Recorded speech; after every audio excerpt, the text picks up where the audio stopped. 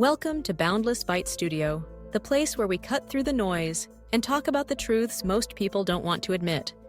Today's topic: there is no fake, it's all about business. Yeah? You heard that right. Forget the labels, forget the hype. We're diving straight into how companies manipulate us, how society plays along, and how all of us get fooled. Think about it. That fake shoe you laugh at? The knockoff t-shirt you shame someone for wearing?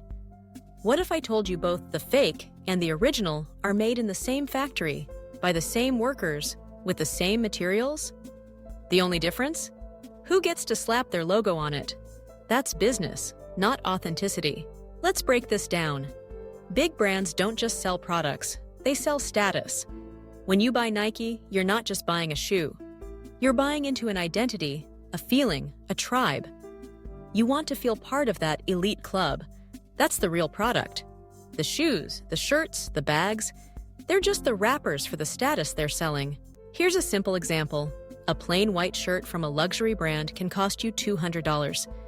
A plain white shirt from a no-name brand? Maybe $10, if that. But in the factory, they look identical. Same cut, same cloth, same color. The only thing that separates the two is the label. A tiny piece of fabric, maybe a logo, maybe a tag. So where's the so-called fake? Nowhere. It's all part of the business strategy. The brand decides who is allowed to call it authentic. The rest? Society labels it as fake. Let's be honest, humans crave superiority. We want to feel richer, cooler, better than the next person. That's why we shame others with words like fake. It's a way to push ourselves up the social ladder, even if it's just in our heads. But here's the dirty truth. The company that produces your $200 sneakers is also producing the so-called unauthorized ones. The same machines, same materials, same hands. But if it didn't go through the official brand's box, society calls it fake. Let's pull back the curtain a bit further. In many global factories, multiple brands, luxury and budget alike, use the same facilities to manufacture their products. The only real difference is the order in which the brands are produced, and which logos are stitched or stamped on at the end of the assembly line.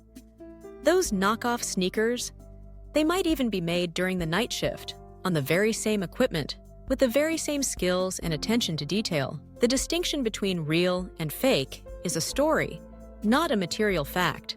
It's not fake, it's business, and you got played. But this isn't just about clothes or shoes.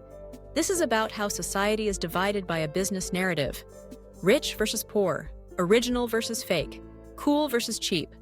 But who created that division? Not you, not me, the business owners. They know we'll pay more to feel special, so they create categories. And we fall right into the trap, judging each other, fighting over who has the real stuff, while they sit back and count the profit. The social game goes deeper than objects. It's about the stories we buy into. Every advertisement, every influencer post, every unboxing video, they're all designed to reinforce the myth that the logo makes the product, that the price tag is a badge of honor. But in reality, it's just a tool to keep us buying, comparing, and competing. Think about the last time you saw someone get mocked for having a fake handbag or a replica watch. What did you feel? Maybe a sense of superiority, maybe a bit of pity, maybe even a flash of envy. But did you ever stop to question whether the distinction actually made sense? Or was it just a reflex, drilled into you by years of marketing and social cues? Let's take a moment to talk about the psychology behind this. Humans are wired to look for shortcuts to status. In the past, it was about who owned more land, who had more cattle, who wore the rarest jewels. Today, it's about who's wearing the latest drop from a hyped-up brand, or who's carrying the hottest designer bag. Brands know this. That's why they spend billions crafting stories, building exclusivity, and most importantly, controlling supply. Limited editions, drops, waiting lists. These aren't just ways to manage inventory. They're strategies to make you want the product more. To make you feel like being able to buy something is an achievement in itself. And when you can't get it, well, there's always the fake version. The market for replicas exists because the real value isn't in the object, it's in the feeling it gives you. But here's the catch. When we buy into that feeling, we also buy into the divisions it creates. We start to judge others by what they wear, what they own, what logos they can afford to display. We forget that, at the end of the day, it's all just fabric, leather, plastic, and metal. Stuff made in a factory, stamped with a story, and sold to us at a markup. So, who's really winning here? Not you, not the person buying the fake. The real winners are the brands, the business owners, the marketers who keep the illusion alive. They profit off our need to feel special, to belong, to stand out. And they do it by selling us the idea that some things are real and others are fake, when in truth, it's all just business. Let's get even more real. The concept of authenticity in consumer goods is almost entirely built on perception, not substance. The supply chain is global and complicated.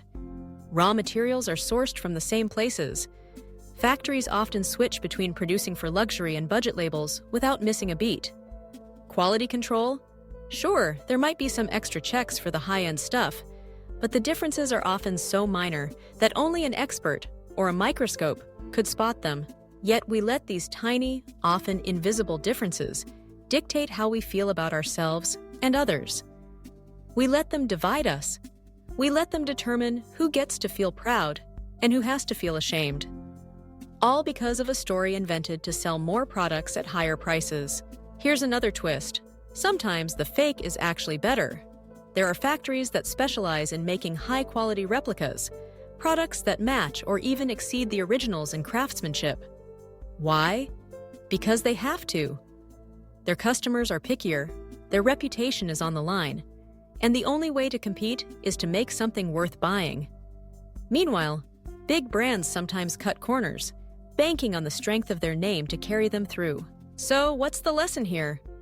Stop getting fooled. Stop looking down on someone because their shirt doesn't have the right logo. Stop bragging about your original when deep down, the difference is just a stamp and a supply chain. The real fake is the story they sold you. The real trick is the business model that profits off our insecurities and our need to belong. It's time for a wake-up call. The next time you see someone with fake sneakers, remember, they're not the ones being naive.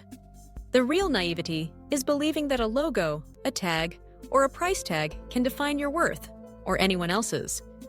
The business owners, the brands, the marketers, they're the real winners here. They're the ones who created the rules of the game, and they're the ones who profit every time we play along. So what can you do? Start by questioning the stories you're told. Ask yourself why you care about logos, brands, and authenticity. Is it because you genuinely value the product, or because you've been trained to value the status it represents? Challenge the idea that someone else's worth can be measured by what they wear, drive, or own. Recognize that the real power lies in seeing through the illusion and making choices based on your own values, not someone else's marketing. And most importantly, don't let brands manipulate your worth. Don't let society divide you over labels. You are not your possessions. Your value isn't determined by a logo or a price tag. It's time to break free from the business game and start living on your own terms. This was Boundless Byte Studio. Remember, there is no fake. It's all about business. Don't let brands manipulate your worth, and don't let society divide you over labels. Stay blunt, stay real, and stay boundless.